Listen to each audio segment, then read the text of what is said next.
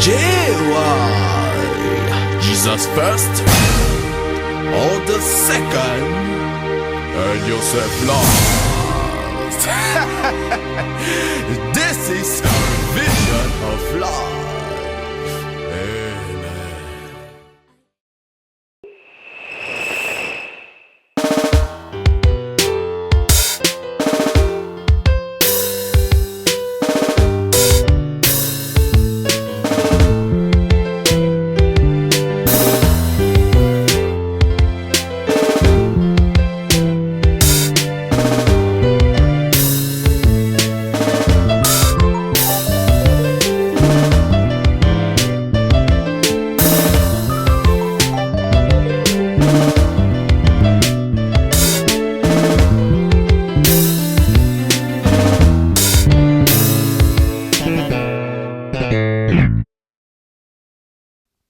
Bien-aimés, bonjour à tous. Vous vous trouvez sur jway.com.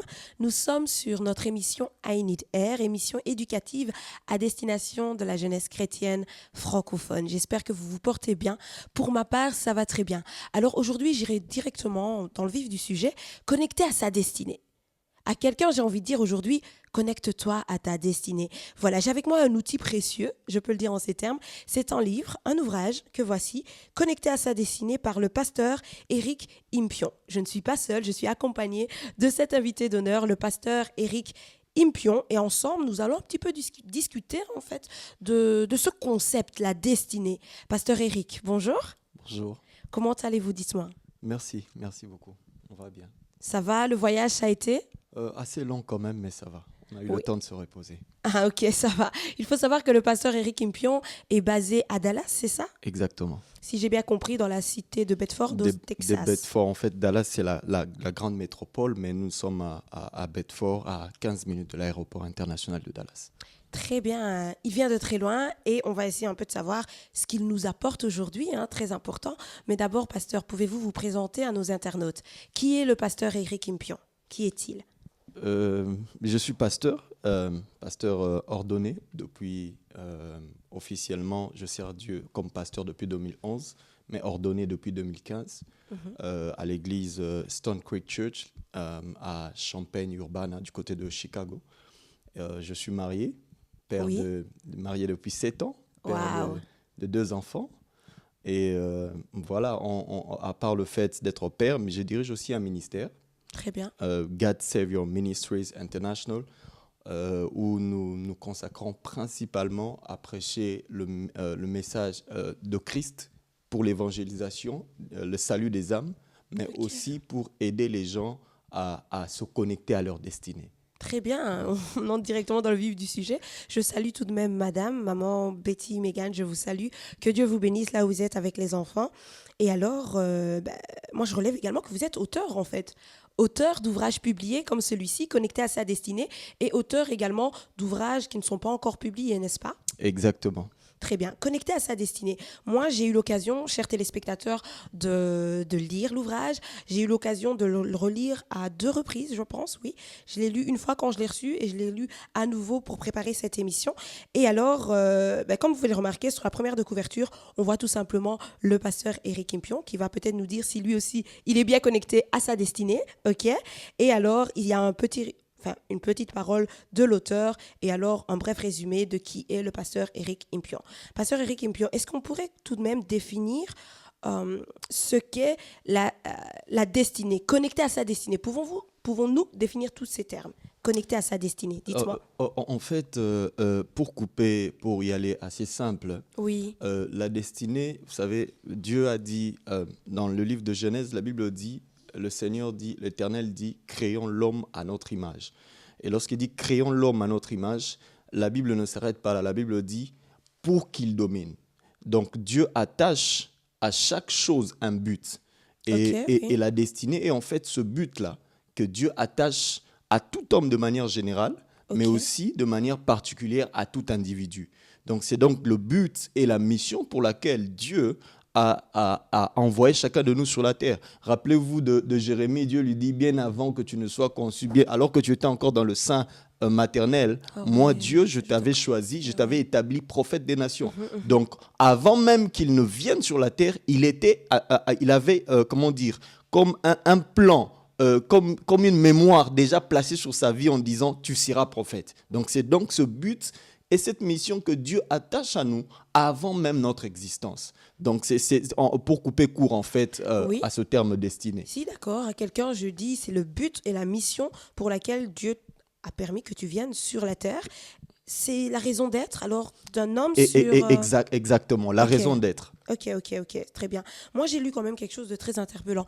En fait, ce que j'ai lu dans la Bible, c'est que j'ai vu dans le psaume 31, « Mes destinées sont dans ta main ».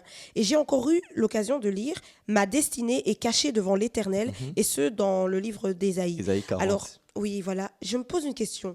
Là où les destinées, est-ce qu'un homme a plusieurs destinées? Dites-moi. Je veux le dire différemment. Oui. En fait, de manière globale, l'homme n'a qu'une seule destinée, le but et la mission.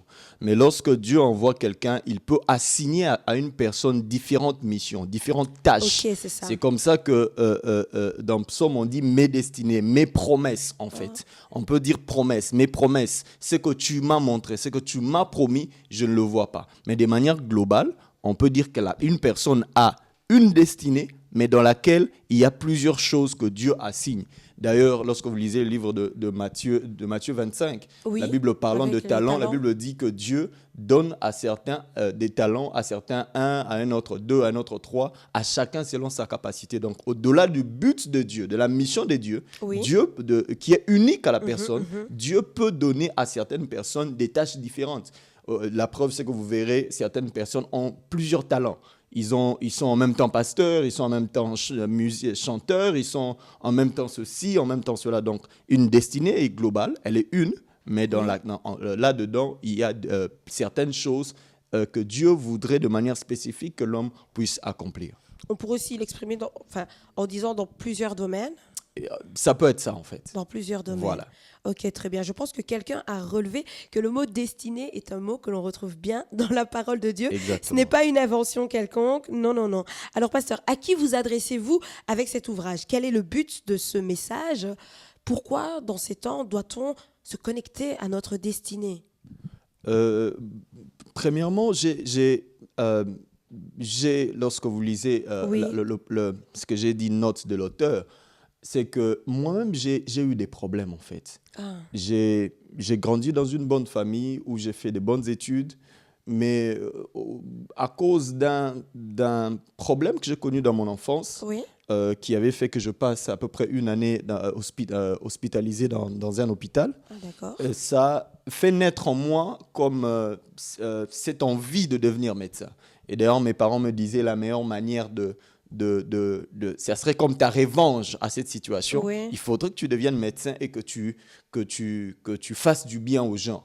Alors, j'ai grandi un peu dans cette situation-là où je voulais être médecin. J'avais plein d'amis médecins. Je connaissais un peu du tout, comme j'étais vraiment dans le bain.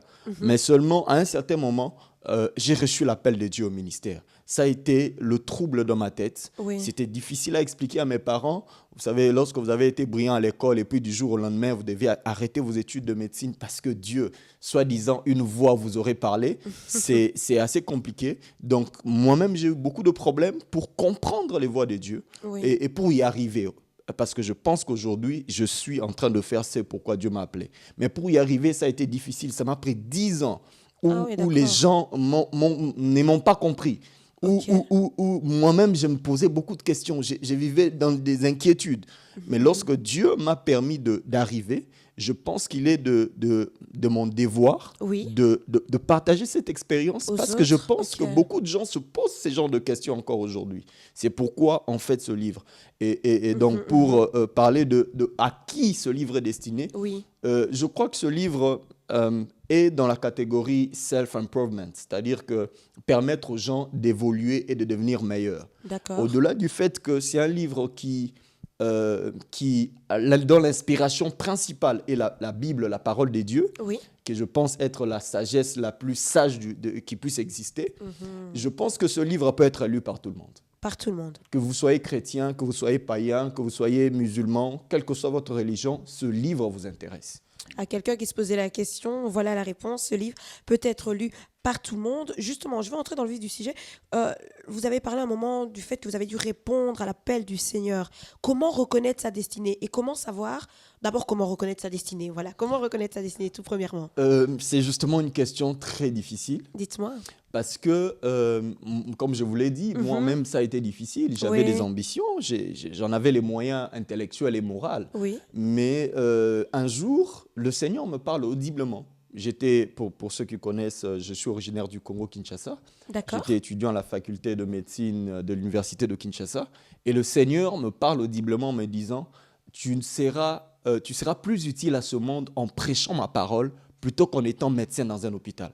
C'est une parole que je garde jusqu'aujourd'hui dans mon cœur. Wow. Et ça a été difficile. Donc, c'est comme ça que moi j'ai entendu la voix du Seigneur. Mais lorsque nous scrutons la parole de Dieu, Oui. nous allons voir que, comment dire, la Bible dit le même esprit mais diversité d'opérations. Dieu parle tantôt d'une manière, tantôt d'une autre. Pour certains, lorsque vous étudiez les Écritures, vous verrez que, par exemple, pour ne fût-ce que connaître la destinée de Jésus, Oui. le Seigneur a envoyé un ange à Marie pour lui dire ce qu'il allait se passer dans sa vie et l'enfant qu'il allait porter, comment il allait impacter le monde, quelle était sa mission. Ça a été le cas avec Samson. Il y a des gens qui ont eu des apparitions d'anges. C'est vrai que lorsqu'on lit la Bible, on a l'impression qu'aujourd'hui, les gens ne voient plus des anges. Alors que jusqu'aujourd'hui, il y a des gens qui voient des apparitions d'anges envoyés du Seigneur. Il y a des gens par des visions, par des songes. Rappelez-vous de Jérémie, Dieu lui a prédit, le Seigneur me prie, je fus transporté. Et dans ces moments de prière, Dieu le transporta. Il est allé en extase et c'est là le Seigneur lui montra des choses. Encore aujourd'hui, les gens ont des visions. Les gens, on peut reconnaître sa destinée par l'apparition des anges, par une vision, par une prophétie. Une prophétie. Oui, une prophétie. Un homme de Dieu ou un peut te donner une direction et te dire, voilà, ainsi parle l'Éternel, comme à l'époque de la Bible. Rappelez-vous de Saül. Il arrive auprès de Samuel. Il ne savait pas que Dieu l'appelait à la royauté. Mais il rencontre Samuel, quelqu'un qui était connecté à Dieu, et cette personne le révéla les plans de Dieu pour sa vie alors qu'il ne le savait pas. Mais aussi, pasteur, il y a aussi cette voix intérieure, la conviction. Dieu peut poser dans votre cœur une conviction qui est calme. Ça peut partir d'une simple idée. Mais plus le jour passe, plus vous sentez que ça c'est à moi. Au début, c'est quelque chose qui n'a pas de forme. Mais plus vous avancez, vous sentez que les choses commencent à prendre forme. Je pense que ça rassure plus d'un, la conviction. Oui, la conviction. Et lorsque vous êtes quelqu'un qui priait beaucoup, qui avait de l'intimité avec Dieu, votre conviction est dirigée par l'Esprit de Dieu. Or, l'Esprit de Dieu connaît la pensée de Dieu. Et il va nous transmettre la pensée de Dieu. Lorsque vous développez l'intimité avec Dieu, votre conviction va augmenter et vous serez capable de discerner les choses de Dieu. Donc, comme j'ai dit, mais il y a aussi des gens, j'ai remarqué, ça c'est du point de vue biblique, mais du point de vue social, j'ai remarqué que certaines personnes ont été connectées à leur destinée à travers leurs parents. Ça a été dans la Bible, mais aussi sur le plan social, nous pouvons trouver ça. Rappelez-vous, au-delà du fait que Salomon a été choisi par Dieu pour succéder à David, Salomon a été aussi, David a poussé Salomon à devenir roi. Ça a été un choix personnel, au-delà du choix de Dieu. Aujourd'hui, beaucoup de gens deviennent médecins parce que papa était un bon médecin, un brillant médecin. Il a orienté les enfants vers la médecine. Beaucoup de gens sont aujourd'hui juristes parce que papa était un excellent juriste et il a orienté les enfants. Donc, il est difficile de dire clairement comment, en fait, il n'y a pas de moyen, un seul moyen par lequel Dieu utilise. Il y en a plusieurs. Il y en a plusieurs et je ne saurais les énumérer ici. Donc, Dieu peut conduire quelqu'un à sa manière. Tout dépend en fait aussi de qui est la personne. Nous sommes tous uniques.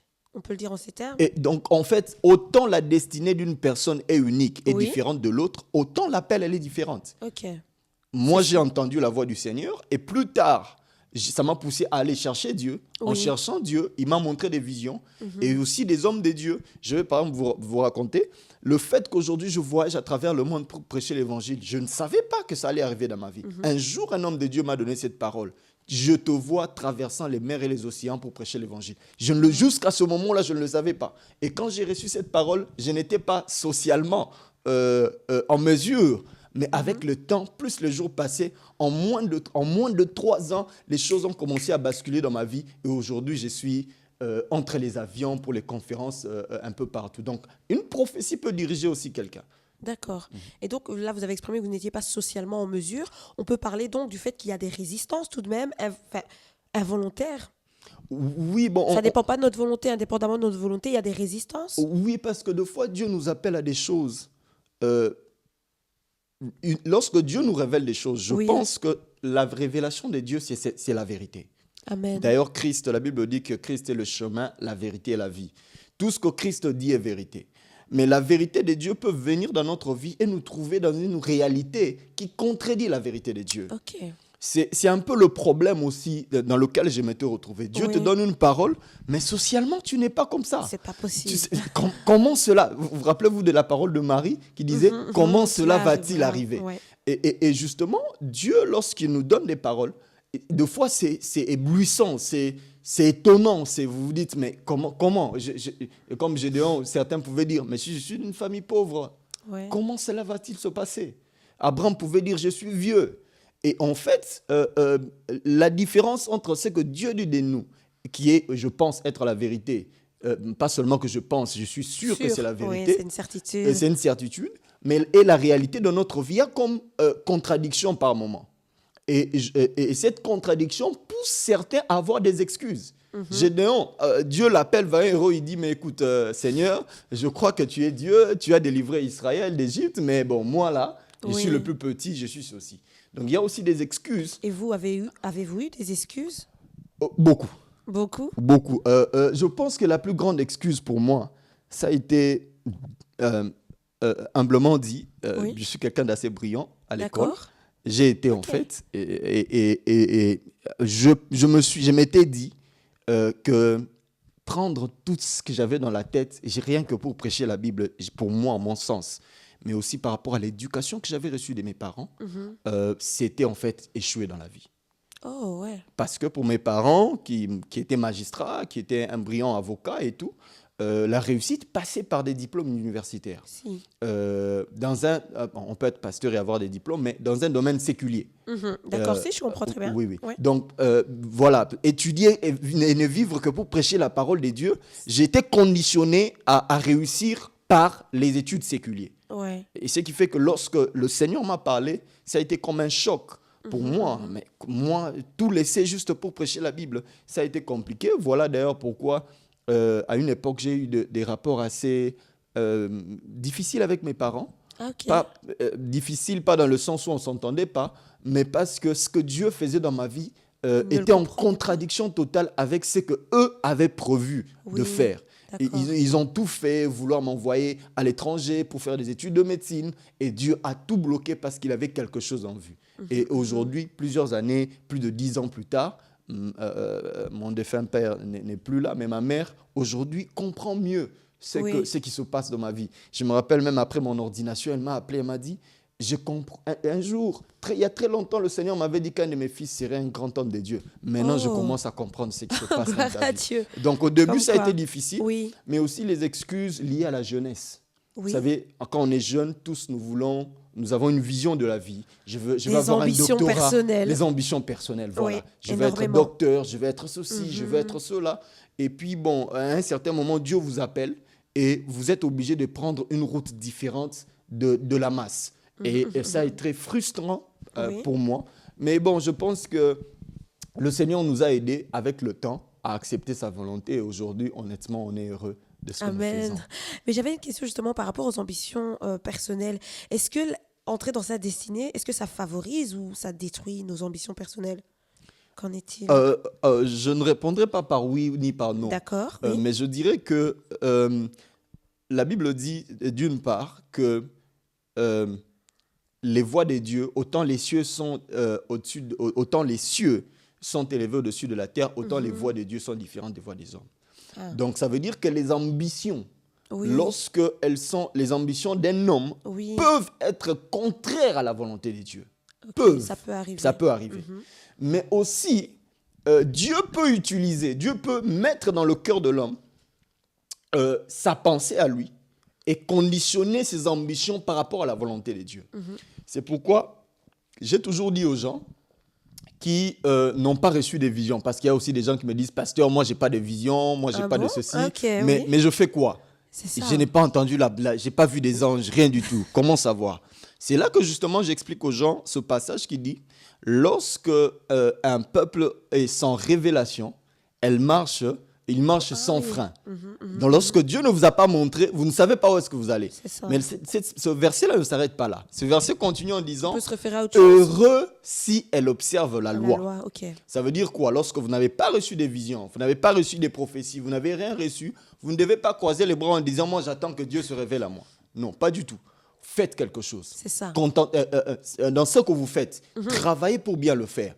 Et Dieu, qui voit le travail que vous faites, va vous diriger. C'est comme ça que j'ai dit que nos ambitions peuvent, dans certains cas, être poussées par Dieu. Par exemple, dans le cas du travail, Dieu peut te pousser à une filière d'études et qui rencontre les plans de Dieu par rapport à ta destinée. Dieu trouve son intérêt, en fait, dans ça. Oui. On peut dire que tout le monde a quand même quelque chose. Tout le monde a quelque chose.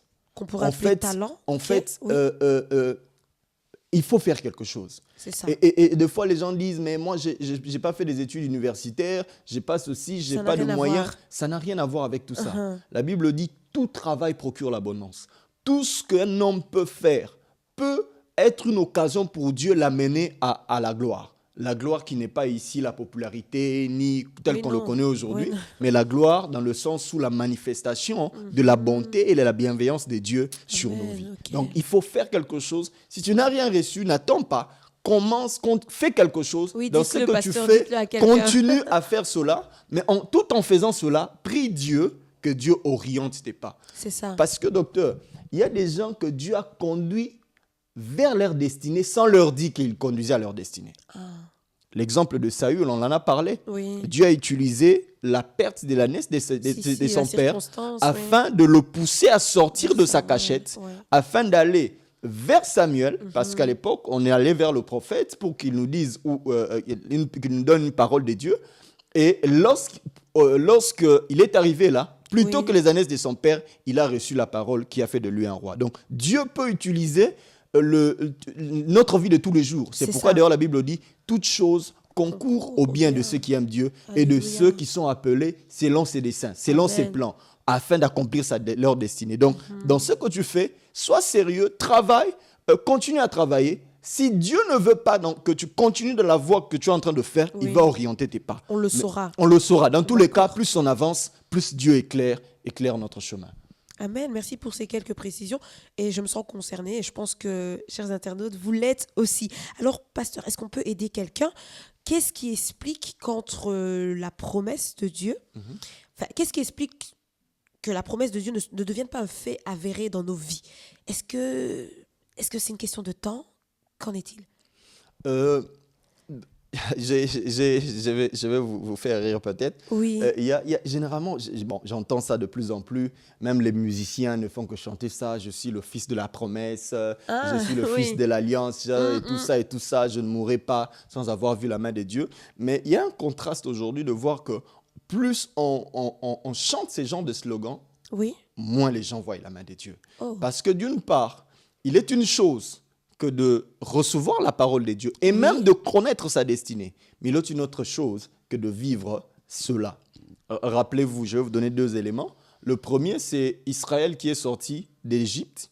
Très peu sont entrés dans Canaan. C'est ça. Le deuxième élément, c'est Isaïe 53, verset 1. La Bible dit « Qui a cru à ce qui nous a été annoncé et qui a reconnu le bras de l'Éternel ?» Donc, il ne suffit pas de voir, de croire, mais il est aussi important de connaître les voies par lesquelles Dieu passe pour expérimenter cela. Parce que si vous ne connaissez pas comment Dieu fonctionne, vous risquerez, comme Israël, qui attendait le Messie est venu, ils ne l'ont pas reconnu parce qu'ils avaient une image, une image stéréotypée. Et pour eux, le Messie devait être comme ceci. Donc, il est important, comme on le dit, de comprendre certaines choses. Parmi les choses qu'il faut comprendre, il faut comprendre la notion de la sanctification. Parce que ce n'est pas parce que Dieu est fidèle que ses promesses vont forcément s'accomplir. Il est important de craindre Dieu. Oui.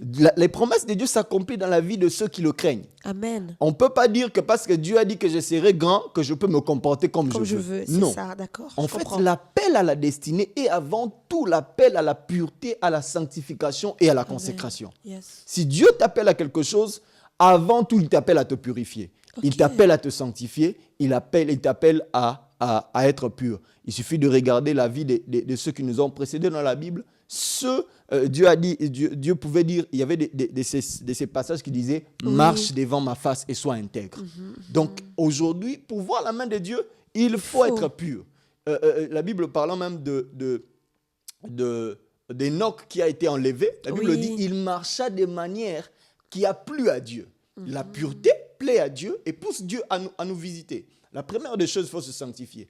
Même lorsque Dieu t'appelle à un ministère puissant, à ceci, à cela, Peu importe. si tu ne te sanctifies pas, tu passeras à côté de ce que tu as reçu parce que la pureté, l'impureté, le péché nous éloigne de Dieu et éloigne aussi la grâce de Dieu sur nous. Ok. La deuxième chose qu'il faut comprendre, Oui. c'est la notion du temps. Uh-huh.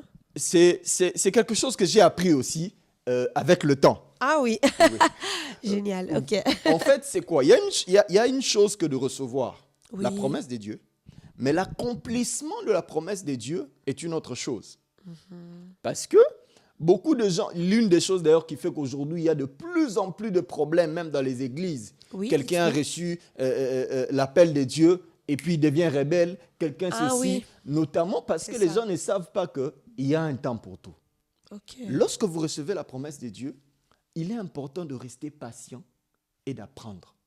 Parce que dans la voie par laquelle Dieu t'appelle, c'est Oui. vrai que ton appel est particulier, mais sache qu'il y a des gens qui sont déjà passés par là, Ah, qui ont déjà réussi dans ce domaine. c'est ça. Il te faut apprendre. C'est pourquoi nous allons à l'école. Bah oui, pour être enseigné. Pour être d'accord. enseigné, pour être préparé à cela. Parce que la grandeur, à une certaine grandeur, doit correspondre à un type de caractère, de personnalité, de connaissance, de maîtrise et tout ça. C'est tout un travail. C'est tout un travail qui peut prendre une année, qui peut Ok. prendre 2 ans, qui peut prendre 5 ans, Il faut qui peut prendre l'accepter, en fait. 10 ans. Ouais. Il faut accepter cet apprentissage-là. C'est pourquoi la Bible d'ailleurs dit « Mon fils accepte l'instruction ». Beaucoup de gens pensent que parce qu'il a reçu les promesses de grandeur, qu'il ne doit plus obéir aux gens, qu'il ne doit plus apprendre. C'est faux. C'est d'ailleurs aujourd'hui la cause de l'échec de beaucoup de gens. Je suis grand, je suis ceci, je suis cela. Non. Prenons le temps d'apprendre. Amen. Apprendre même, on peut apprendre des gens qui sont grands, Oui. mais on peut aussi apprendre des gens qui n'auront pas forcément une destinée glorieuse comme Comme la nôtre. nôtre. Ok. Ça, c'est aussi une notion importante. Ok. C'est pourquoi vous voyez aujourd'hui beaucoup de gens, Dieu l'appelle, il quitte son église de 20 personnes Oui. et il va là où forcément il y a beaucoup de gens, là où il y a la foule renommée et et tout tout. ça, oui. Est-ce que Dieu te veut là-bas? Non. Dieu peut travailler avec toi en privé auprès d'un homme qui ne sera pas grand, qui ne sera pas connu. Il suffit de voir, il y a aujourd'hui des gens qui sont populaires, Oui. mais ils sont issus de familles, des familles sans nom. Oui, son nom. D'accord, je comprends. Ouais. Donc, la notion du temps est importante et à la notion du temps est attachée la patience. Parce que sans patience, on touche à n'importe quoi, la convoitise naît et ça nous amène en dehors des plans de Dieu. À part la notion du temps, Il y a autre chose. Retenez bien. oui, parce que, avant de continuer, je vais dire une chose par rapport au temps. Aujourd'hui, beaucoup de gens pensent que, les gens disent que mon Rédempteur s'élèvera le dernier. Et les gens pensent que Dieu laisse d'abord le diable agir et puis lui, il vient en dernier. En fait, ce n'est pas le cas. Mon Rédempteur s'élèvera au temps convenable. Lorsqu'il pense que tu es prêt, Dieu se révèle. Il y a un temps convenable. La Ok. Bible dit même, humiliez-vous sous la puissante main de Dieu afin qu'il vous élève au temps convenable. Yes. Lorsque Dieu prend le temps de vous préparer, le moment venu, personne ne va bloquer votre élévation. Personne. Amen. C'est pourquoi il faut prendre le temps, non seulement d'être enseigné de Dieu, mais Oui. aussi d'être enseigné des hommes. Ok. Parce qu'il y a des choses qu'on recevra de Dieu, mais il y a aussi des choses qu'on recevra recevra des des hommes. hommes. Des hommes faits de chair et de sang, ayant des erreurs, ayant des gens aussi auprès de qui on peut passer. Vous savez, l'instruction, ce n'est pas toujours des choses qui plaisent. Hein. Des fois, vous passez au pied d'un homme qui vous avez l'impression qu'il est en train de vous briser, Ouais, de vous faire tout le du temps, mal. Mais en constamment. fait, c'est toutes ces choses-là qui concourent au bien de ceux qui aiment Dieu. Wow. Restons sous la main de Dieu, restons sous l'autorité des hommes auprès de qui Dieu nous a placés. Et le moment venu, lorsque Dieu pensera qu'il est temps pour vous de passer à l'autre étape, il le fera lui-même sans forcer. Parlant d'Isaac, la Bible dit, il Oui. pria dans le livre de Genèse parce que sa femme était stérile et Dieu l'exauça. Rebecca, oui. Mais lorsqu'on poursuit la lecture, la Bible dit clairement que lorsqu'il pria, il avait 40 ans. Lorsque les jumeaux, Ésaü et Jacob sont nés, il avait 60 ans. Donc Isaac a prié Dieu pendant 20 ans. Que dire d'Abraham qui a cherché Dieu pour y avoir Isaac pendant des années? David lui-même qui a été roi autour de 17-18 ans, mais il est devenu roi plus d'une décennie plus tard. Aujourd'hui, la génération fast-food, Ah vous savez, oui, le la McDonald's, patience, on stoppe dans le drive-thru, 2 minutes, on a de quoi manger. C'est Les ça. choses de Dieu ne marchent pas comme ça. Ceux qui sont appelés à la grandeur sont avant tout appelés à la formation. OK. Amen. Sans formation, on ne va pas loin. Aujourd'hui, je vous parle, Oui. j'ai été au pied d'un homme pendant plus de 10 ans. J'ai appris de lui, pas seulement dans l'enseignement, mais en le regardant faire. En l'observant. J'observais, je regardais des choses pour lesquelles de fois je n'étais pas content, mais je suis resté à ses pieds. Quand le moment est venu, je suis allé le voir, j'ai dit, pasteur, mon père, je pense que Dieu veut que j'aille ailleurs, que je commence le ministère que je fais. Il m'a dit, mon fils, faisons ceci, faisons cela. Aujourd'hui, je suis heureux de dire, j'ai mon propre ministère, C'est ça. mais en même temps de garder des très bons rapports avec mon propre pasteur. C'est très important. C'est très C'est aussi un important. témoignage, après tout. Oui, au point que le jour de mon ordination aux États-Unis, il avait fait le déplacement, il était là. C'est un plaisir pour moi de le dire que personne ne peut stopper ta destinée. Amen. Reste au calme. Si Dieu veut t'enlever au pied d'un homme, il le fera, mais ne le fais pas avec précipitation. Amen, amen, amen. Quelqu'un a sa réponse, hein, je pense. Il y a eu plusieurs points là. Merci, nous sommes bénis. Mais alors, j'ai relevé quand même quelque chose. Vous avez dit tout à l'heure, est-ce que Dieu te veut là où tu es? Est-ce qu'il y a un territoire précis? Un territoire attaché à l'accomplissement de ses promesses? J'aime cette question. On va dire 2-3 choses là-dedans. OK. La première des choses, la Bible dit « Mon juste germera en son lieu ». La Bible ne dit pas « Mon juste germera » tout court. Il germera en son lieu. Ça, c'est la première des choses. Ça veut dire que chacun de nous, rappelez-vous, la Bible dit « Mon juste vivra par la foi ». Donc, le juste, le chrétien, l'enfant de Dieu, toute créature a un territoire que Dieu a assigné.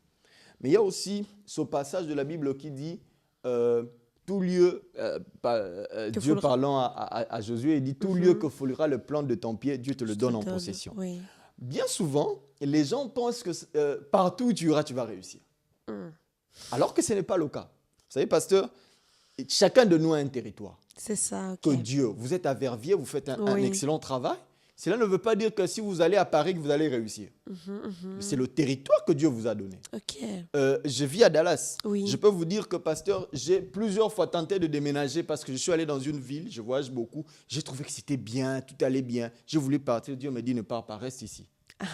Donc, chacun de nous a un territoire. C'est pourquoi il est important de savoir chercher la face de Dieu afin de savoir où est-ce que Dieu me veut. Oui, dans tout cela, la prière reste importante. Du début à la fin, la prière reste importante parce que Dieu est l'auteur de la vision, de la destinée. Il est important de rester connecté à lui afin de savoir comment vous devez vous comporter. C'est ça, il nous parle, il nous guide. Voilà, par son esprit. Alors, maintenant, par rapport au lieu, il est important de savoir une chose, c'est que chacun de nous, que vous soyez chrétien, comme je le dis, le livre, il est vraiment pour tout le monde, que vous soyez chrétien, que vous soyez musulman, que vous soyez hindou, tout homme, tout humain, dans la vie, est soit Abraham, soit Isaac, soit Jacob. Oh. Je vais l'expliquer. Oui. Les Abraham, ce sont les gens que Dieu appelle à régner et à réussir en dehors de leur pays de naissance. Rappelez-vous, Dieu a dit à Abraham, quitte la maison de ton père, et il a quitté la Mésopotamie et il s'est installé à Canaan. Et il y a des Abraham aujourd'hui. Vous savez, je suis d'origine africaine, je vis aux États-Unis, et aujourd'hui, je suis en Belgique, je trouve beaucoup d'Africains qui sont ici, qui sont installés, Voilà. Donc, Dieu les a appelés en dehors de leur pays de C'est ça, naissance ok, et je vois. pour ce pays. Oui. Il n'y a pas que les Africains qui voyagent, mais allez en Afrique, vous verrez qu'il y a beaucoup de Blancs. Donc, les gens voyagent dans tous les sens. D'ailleurs, si vous allez au Congo-Kinshasa, la plus grande communauté évangélique du Congo a été bâtie par un Blanc.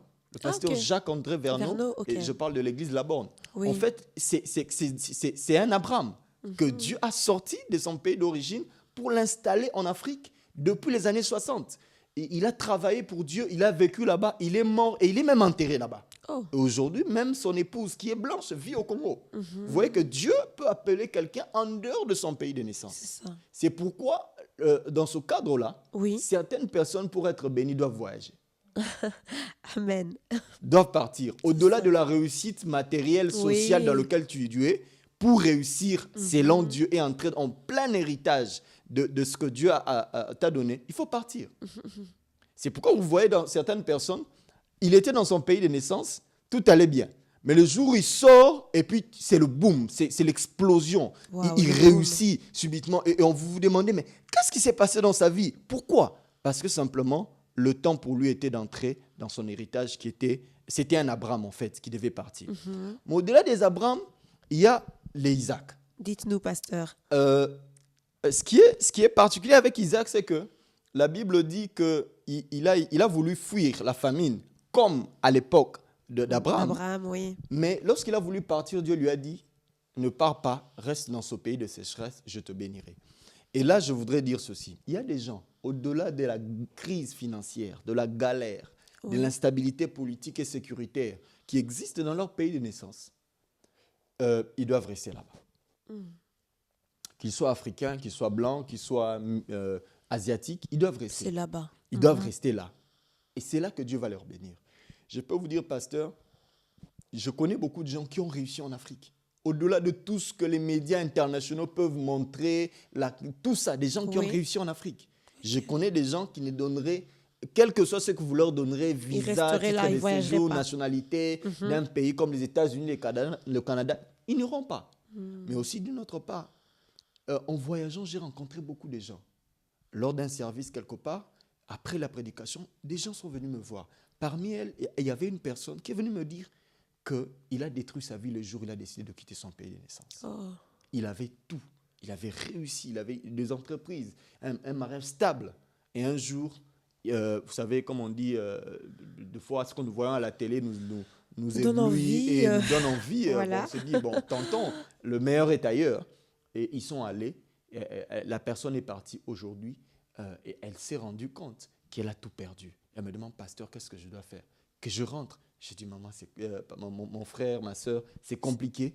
Il faut me laisser le temps de prier. Parce que beaucoup de gens aussi sont partis sans connaître les plans de Dieu. Et ils ne savent plus comment rentrer. Il n'y a pas que dans le domaine des affaires, mais il y a aussi beaucoup de pasteurs qui quittent les ministères en Afrique, à l'étranger. Vous êtes à Verviers, vous vous dites, bon, à Paris, ça marche, on va à Paris. Et vous allez là-bas, les choses ne marchent pas. Alors, lorsque Dieu vous a appelé à rester dans votre pays de naissance, si vous êtes parti sans la volonté de Dieu, priez Dieu et rentrez. Ok. Parce que, rappelez-vous de Naomi, qui est partie de Bethléem, la maison de pain, afin d'aller à Moab parce que là-bas ça marchait. Rappelez-vous quand tout a tourné au vinaigre, qu'il a perdu son mari, et il a perdu ses enfants. Qu'est-ce qu'il a fait? Se dit, c'est pas grave que je rentre. Et en rentrant sur les pas, dans la volonté de Dieu, le Seigneur se manifestait par Ruth notamment. Donc, ne partez pas parce que les choses semblent bien. Mais c'est aussi, pasteur, le problème. Bon, moi, je vais essayer un peu de recadrer par rapport aux communautés africaines. Dites-moi. C'est aussi le problème avec les communautés africaines qui sont à l'étranger, qui sont en train de montrer une image qui est des fois fausse de la vie à l'Occident. Il y a des gens qui vivent bien en Afrique. Mais des fois, leurs frères qui sont ici, ils leur montrent comme si c'était le paradis et ils abandonnent tout, ils viennent et beaucoup pleurent. Ils sont déçus, oui. Et donc, il est important de dire à quelqu'un, si tu es quelque part, même si c'est l'Afrique, dis-toi une chose. Aujourd'hui, d'ailleurs, vous pouvez venir en vacances. En parlant d'Isaac, je ne dis pas que vous ne devez pas sortir, non. Vous pouvez voyager pour le cadre de vacances, pour le cadre un autre cadre, mais je parle ici de la résidence permanente dans un territoire. Alors, à part les Isaac, il y a des Jacob. Les Jacob sont ceux que Dieu appelle à sortir, mais pour une saison, pour un temps, pour une période. Ça peut être pour des raisons économiques. Oui. On peut fuir. Abraham a fui. C'est normal. Il y a des gens qui peuvent décider, ça ne marche pas là-bas, je n'ai pas un bon boulot, mon avenir est compliqué, il décide de tenter sa vie ailleurs. Ça peut marcher. Pour certains, pour des raisons sécuritaires. Les guerres, notamment, a poussé beaucoup de gens à aller ailleurs. Oui, Mais ça peut être aussi pour des raisons d'études. Pour quelle que soit la raison, certaines personnes peuvent sortir, mais au bout d'un moment, Dieu peut leur demander de rentrer, comme il a fait à Jacob. Il dit, maintenant, tu as obtenu ce que tu voulais obtenir, il faut rentrer. Je vais vous dire une chose, c'est que après l'émission d'ailleurs, je dois rencontrer un ami qui est venu ici en Belgique depuis, je crois, 3-4 ans, faire son doctorat avec son épouse. Oui. J'ai parlé avec lui il y a 2 jours, il m'a dit, écoute, j'ai fini mon doctorat, je rentre en Afrique. Je lui ai même dit, est-ce que tu es sûr? Il dit, mais ici, c'est pas ma place. Je pense qu'avec mon doctorat, je vais m'épanouir mieux en Afrique, plutôt qu'ici. Je resterai ici, mais je n'aurai pas grand-chose. Donc, il n'y a pas que les gens qui viennent, mais il y a aussi des gens qui rentrent. Il est important que les gens comprennent. Et sur ce sujet, il est important de comprendre que, par exemple, il y a un fort mouvement d'Africains qui rentrent en Afrique, notamment le Nigeria en tête, où beaucoup de Nigérians rentrent avec une expertise, avec un diplôme, avec un fonds de commerce. On peut dire qu'ils ont une conviction. Oui, vous sentez que, vous savez, comme je l'ai dit, Dieu conduit les gens différemment. D'accord. Vous vivez là, mais à un certain moment, vous sentez que je peux tenter Oui. quelque chose d'autre. Ok. Ils partent, ils essayent, ça marche, et puis ils se disent, bon, je reste. C'était là, quoi. Oui. Et en parlant, j'ai même suivi un magazine où on dit que le Kenya, beaucoup de Kenyans actuellement sont en train de délocaliser leur entreprise, installée à l'étranger, Et pour faire revenir. Nairobi. Ok. Donc, il y a un fort mouvement, les choses bougent.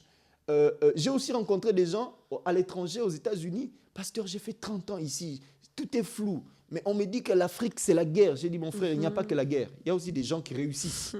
Essaye, fais un tour, fais 2-3 voyages, vas-y, tente quelque chose. Et beaucoup de gens, aujourd'hui, réussissent. Donc, il y a aussi des Jacob qui doivent rentrer. Et par rapport à Jacob, Oui. il est important de comprendre une chose.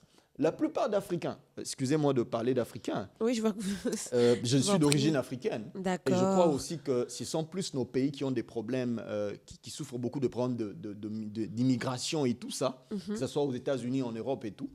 Lorsque les gens viennent, au bout de 5 ans, automatiquement, tout le monde change de nationalité. Et je dis toujours aux gens, Jacob était appelé à succéder à la promesse avec Abraham, avec Isaac et lui ensuite.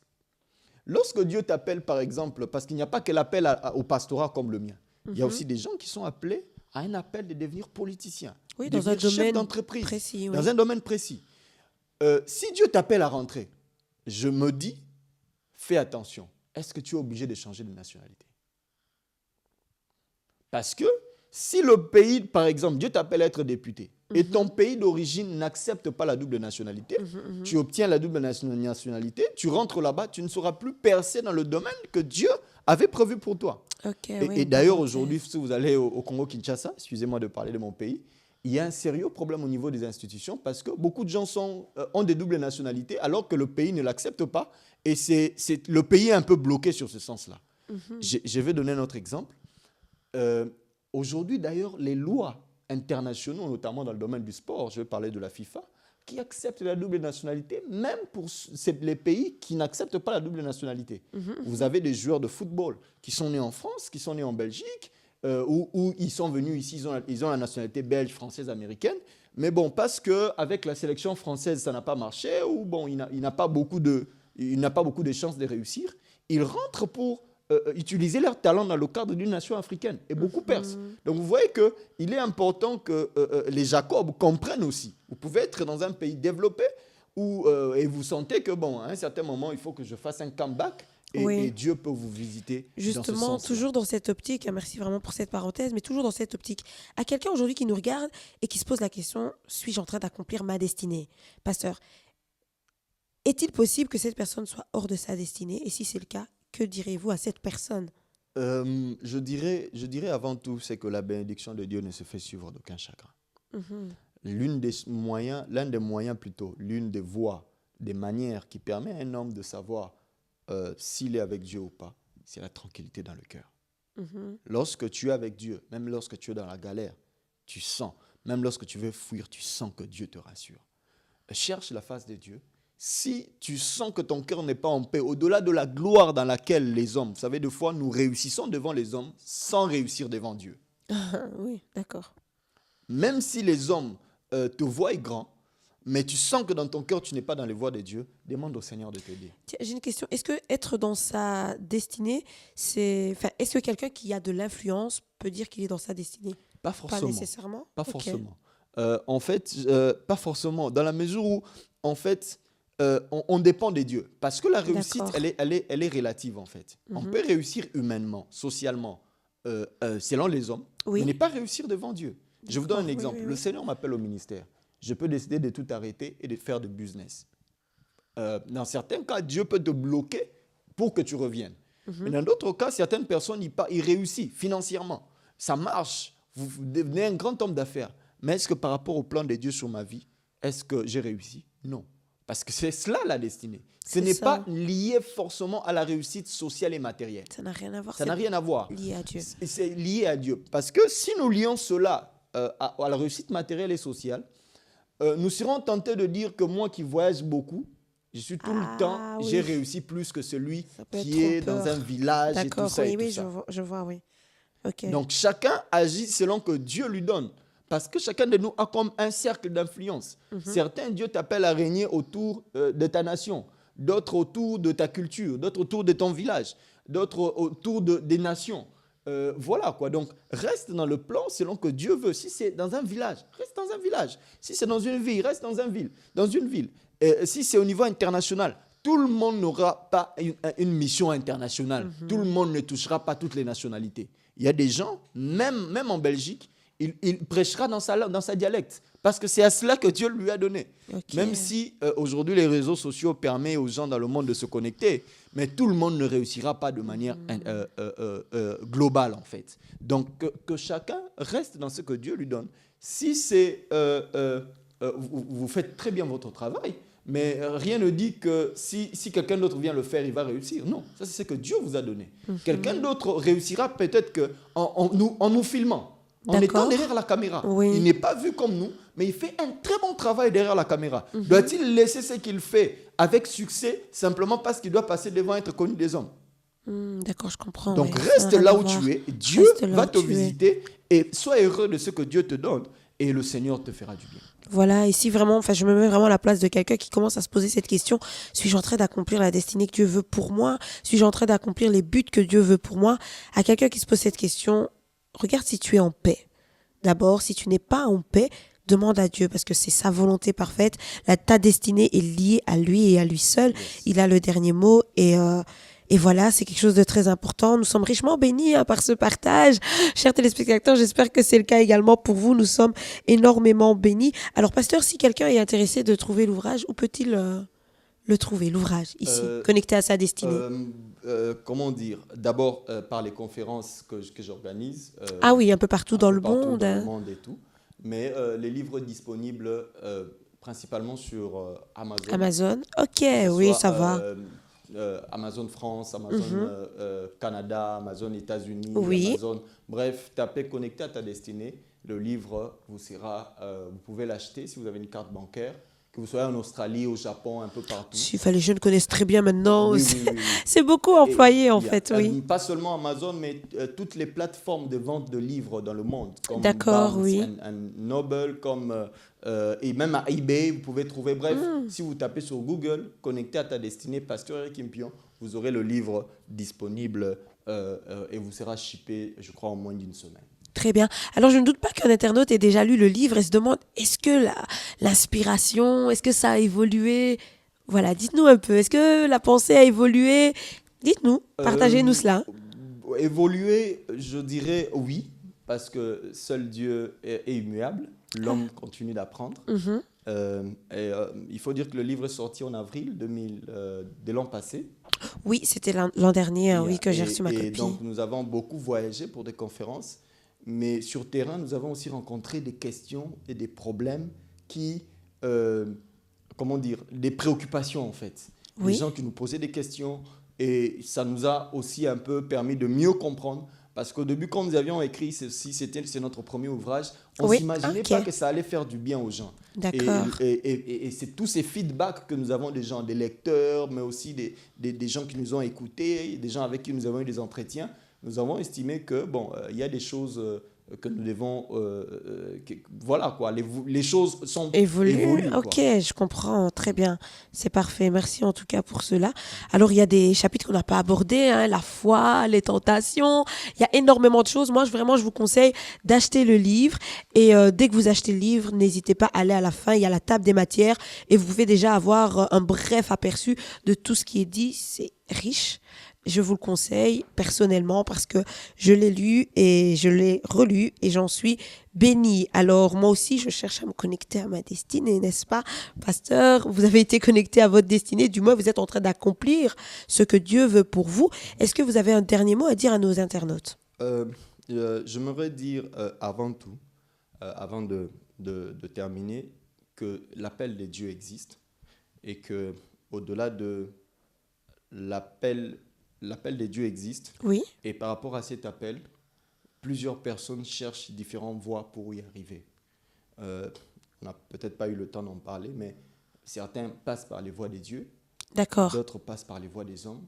Rappelez-vous de Jacob, malgré la promesse de Dieu, Oui. il a utilisé la ruse, la manipulation, l'escroquerie pour y arriver. C'est Beaucoup ça. de gens, malgré qu'ils sont appelés par Dieu, utilisent les mauvaises méthodes. Vous rappelez-vous de cet adage qui dit « tout chemin mène à Rome ». L'essentiel d'y arriver, le moyen emprunté n'est pas le problème. Ce n'est pas ce que Dieu veut. Et certains aussi utilisent le diable, les alliances sataniques, la magie, les sciences occultes, les réseaux compliqués, occultes et sataniques. J'aimerais dire à quelqu'un, Oui. pour terminer, c'est que le prix de l'âme est plus importante que n'importe quelle chose. La Bible dit, que servirait-il à un homme de gagner le monde s'il perd son âme? Au-delà de notre souci de réussir matériellement, socialement, d'être connu, d'avoir des richesses, de voyager, de faire ceci, cela, nous devons nous rendre compte que la priorité, c'est notre salut.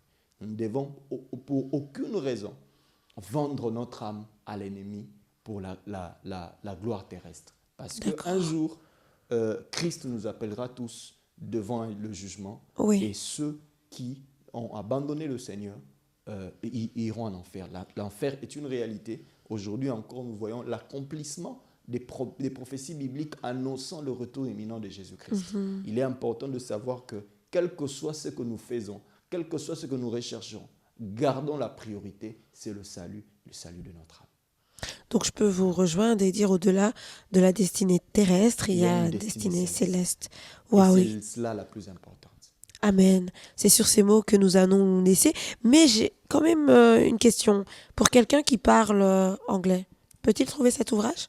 Le livre est disponible justement en français, en anglais, parce que moi-même je suis bilingue. Ok, d'accord. Nous venons, je crois que je vais approuver la traduction en portugais dans pas très longtemps. Oui. C'est déjà fini, mais il faut que avec mon équipe, on puisse travailler dessus pour voir si c'est bon. Mais il y a aussi récemment, nous avons parlé à une conférence à Phoenix, en Arizona, aux États-Unis, où il y avait une forte communauté haïtienne et ils avaient été touchés par ce message et nous ont dit, mais c'est bon en français, nous parlons français, mais nous sommes plus à l'aise en créole. Est-ce qu'il n'y a pas moyen de nous le traduire en créole? Et donc, il y a des frères qui se sont disponibilisés, des bénévoles, avec qui nous sommes en train de travailler pour la traduction en créole. Donc, déjà là, c'est en anglais et en français. C'est déjà très bien, Amazon. oui. Nous aurons la version en portugais, certainement d'ici la fin de l'année, que nous allons lancer au niveau de l'Amérique latine, au Brésil précisément. Et je ferai le déplacement. Et le créole, certainement pour l'année prochaine, parce qu'on doit visiter Haïti. Et pasteur, mis à part, connecté à sa destinée, y a-t-il d'autres ouvrages? Parce que je pense que quelqu'un est réellement béni aujourd'hui. C'était le premier. Oui, d'accord, oui. Comme vous pouvez le dire, un boulet d'essai. Et Dieu soit loué, ça marche très bien. Nous avons un deuxième ouvrage qui est déjà prêt d'ailleurs. Nous attendons la première copie pour lire et voir s'il y a des choses à rectifier avant de le mettre sur le marché. Le deuxième ouvrage... on peut savoir le titre peut-être? Oui. Le titre, en fait, c'est une série de livres, de 3 livres de 3 volumes le grand titre sera la loi des atmosphères. En fait, qu'est-ce que nous voulons expliquer? Le premier livre, c'est un peu les notions générales sur la destinée. Mais dans le deuxième, nous essayons de parler de, comment dire, vous savez, vous pouvez avoir les promesses de Dieu, mais de la réalité n'est pas avoir les moyens, comme vous l'avez dit. Ah oui, les résistances, etc. Oui. Certains réussissent facilement parce qu'ils ont une famille socialement, spirituellement, économiquement en bonne position. Ils peuvent réussir plus facilement. D'autres réussissent difficilement, d'autres ont des problèmes. Donc, dans ce deuxième livre, nous parlons de la problématique de l'environnement. Okay. Comment gérer l'environnement autour de soi, qu'il soit favorable, qu'il soit hostile, quel que soit l'environnement autour, que vous sachiez réussir. Parce que beaucoup de gens, justement, échouent, oui. Pas parce qu'ils ne veulent pas, pas parce qu'ils ne connaissent pas leur destinée, pas parce qu'ils ne sont pas sur le chemin de leur destinée, mais parce que l'environnement dans lequel ils vivent n'est pas bon. Alors, nous allons enseigner comment réussir. Donc, le premier volume parlera comment réussir sous une atmosphère favorable, quand les choses sont bien. Mais dans le premier volume, nous allons aussi montrer ceux qui n'ont pas naturellement, de manière innée, bénéficié d'un héritage qui leur permet de réussir favorablement. Ah, par exemple, comme le nom, une renommée, etc. Une richesse et tout ça. D'accord. Comment ils peuvent faire, utilisant les talents et les dons que Dieu leur a donnés, pour créer eux-mêmes une atmosphère favorable autour d'eux qui leur permet de réussir. Waouh, c'est très intéressant. Le deuxième, ça sera réussir sans parapluie. Oh! Oui, ça veut dire qu'il y a des gens dans la vie, ils ont la promesse de Dieu, mais ils n'ont personne. Ils doivent commencer à zéro. Comment faire? Ouais. Comment Dieu a fait dans la Bible, mais aussi quelles sont les expériences que moi-même j'ai vécues, mais que d'autres personnes ont vécues. C'est vraiment... et puis le dernier, ça sera réussir malgré les oppositions. Oh, merci Donc, de nous partager tout cela. C'est un peu tout ça. Les 3 livres sont déjà prêts. Ok. Et là, nous allons lancer simplement le premier. Oui. Et au fur et à mesure que nous verrons que les choses vont évoluer selon le besoin, nous allons lancer le 2e et le 3e. Et comme d'habitude, ça sortira en français, en anglais, en portugais et en créole. Peut-être dans d'autres langues, selon que le besoin va se présenter. La loi des atmosphères. Donc, il y a vraiment un environnement propice, quoi. Yes. Très bien. Pasteur, nous sommes énormément bénis. Et qu'est-ce que je voulais dire? Je voulais tout simplement vous remercier. Merci. Vous remercier pour votre disponibilité. Merci de nous avoir fait confiance. Vraiment, merci encore de m'avoir offert ce livre que j'espère que vous dédicacerez. Et j'espère vous revoir très prochainement, n'est-ce pas? Je vais de m'inviter. Si je suis de passage en Europe, je passerai volontiers. Voilà. Vous avez entendu le pasteur, s'il est de passage, pourquoi pas, il repassera ici. Et nous étions sur I Need Air. Et comme nous l'avons dit, au-delà de la destinée terrestre, il y a la destinée céleste et c'est la plus importante.